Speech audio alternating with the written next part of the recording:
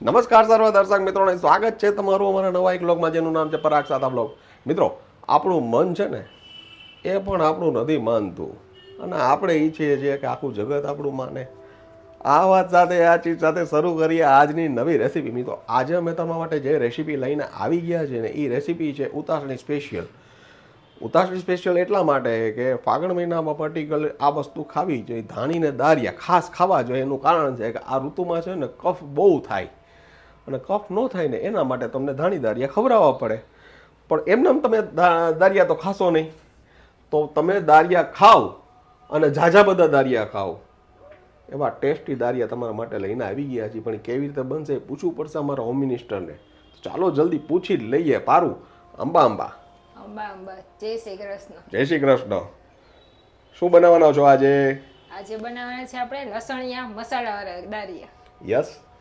એટલે નો ભાવતા હોય ને એને દારિયા ભાવશે. બસ કાંઈક કરવું પડશે કારણ કે તો જ ખાશે. આ એમને તો આ લોકો ખાશે નહીં. બધાયને એવું જ છે. એટલે ધાણીને દારિયા નો ભાવતા હોય ને એને ભાવવા માંડે આ મસાલાવાળા દારિયા. એટલા માટે આપણે દારિયાને મસાલાવાળા કરીને બતાવશું બધાય. એના માટે છે ને દારિયાને પહેલા આપણે શેકી લેશું. એમને થોડાક રોસ્ટ કરી લઈને તો સરસ ક્રિસ્પી થઈ જાય. 500 ગ્રામ દારિયા લીધા છે મેં. ઓકે સાહેબ, જોઈ લો 500 ગ્રામ દારિયા છે.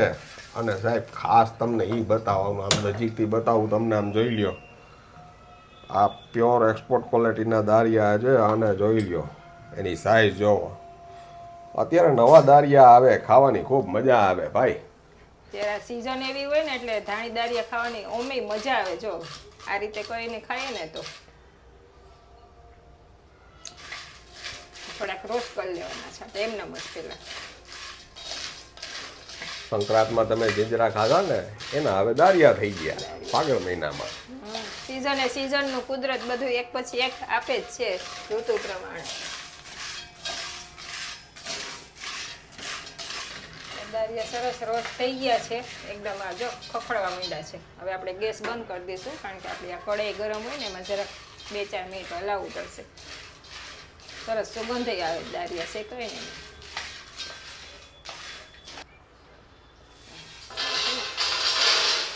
કાઢી લે એટલે થોડાક ઠંડા પડી જાય. આપણે દારિયા ઠરે છે ને તો આપણે આ લસણ છે ને 25-30 કળી લસણ લીધું છે મોટી. એને આપણે ક્રશ કરી લેવાનું છે પેલું બારીક. આપણું લસણ ક્રશ થઈ ગયું છે. હવે આપણે આગળની પ્રોસેસ કરશું. ચાલો, લસણવાળા દારિયા બનાવવા માટે આપણે કઢાઈ ગરમ કરવા મૂકી દીધી છે. આટલા દારિયામાં આપણે 2 પાવરા તેલ એડ કરશું. આપણે બધા મસાલાને એમાં સરસ દારિયામાં ચડી જાય એટલા માટે. સારું, આપણું તેલ ગરમ થઈ ગયું છે. એમાં આપણે આ લસણની પેસ્ટ તૈયાર કરી છે ને એ એડ કરી દઈશું.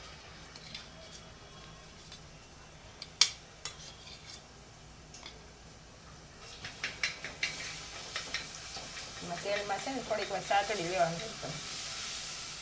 સુગંધ આવે ને ત્યાં સુધી એટલે સરસ આપણું લસણ સતળાઈ જાય. એમાં કાચું ન રહે.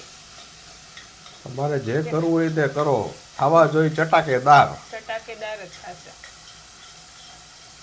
એકદમ સુગંધ આવશે. આપણું લસણ સતળાઈ જશે ને.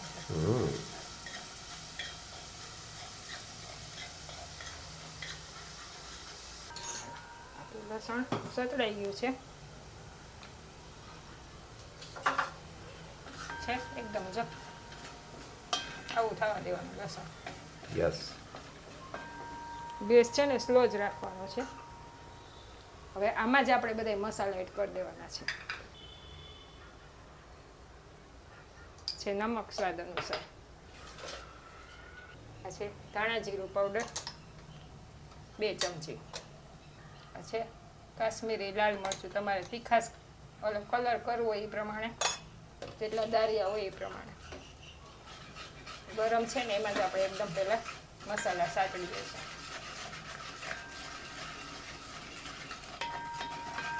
હવે એમાં આપણે આ રોસ્ટ કરેલા દારિયા છે ને એ એડ કરી દઈશું.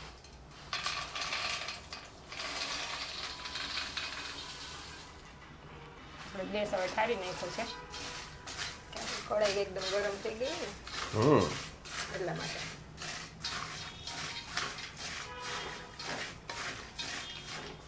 બધાય આમાં દારિયામાં ચડી જાય ને એ રીતે સરસ મિક્સ કરી લેવાનું છે.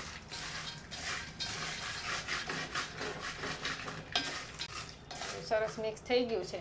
હજી આપણે થોડુંક છે ને સ્પાઇસી કરવું પડશે એટલા માટે હજી 1 ચમચી આપણે લાલ મરચું એડ કરશું. આ રીતે તમે તીખું ને ખાતા હોય એ પ્રમાણે જોઈને કરી દેવાનું.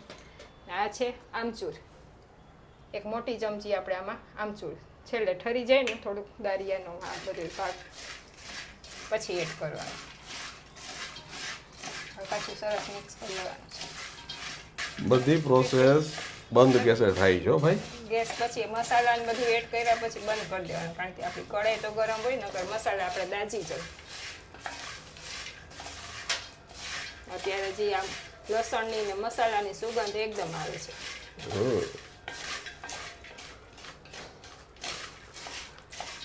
પર્સનલી આ મારા પપ્પાના છે ને ફેવરિટ વસ્તુ છે, અને ઓલ ટાઈમ ફેવરિટ વસ્તુ ને પારુના હાથના છે ને સ્પેશિયલ છે એના. પણ દારિયા જોવે એટલે એમ કે લસણિયા કરી દેજે એમ કહે. પપ્પાનો એક અતિશય વાલા છે. હવે આપણા લસણિયા દારિયા રેડી થઈ ગયા છે. It's not a game, it's a rich thing.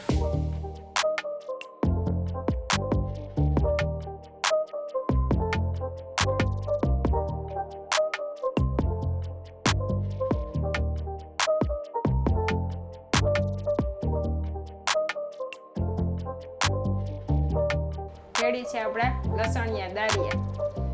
Thank you very much my dear friend. Happy Holi.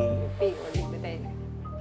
આશા રાખી છીએ કે આજની આ રેસીપી તમને ખૂબ ગમી હશે. જો ગમી હોય તો વધુમાં વધુ લોકો સુધી તમે આને શેર કરજો, લાઈક કરજો. ને હા મિત્રો, જાતા જાતા મંજિલ ભલે ગમે એટલી ઊંચી હોય, રસ્તો પગ નીચે હોય છે. આ વાત સાથે, આ ચીજ સાથે ફરી મળીશું નવી વાત સાથે. ત્યાં સુધી તમે અમને રજા આપશો મિત્રો.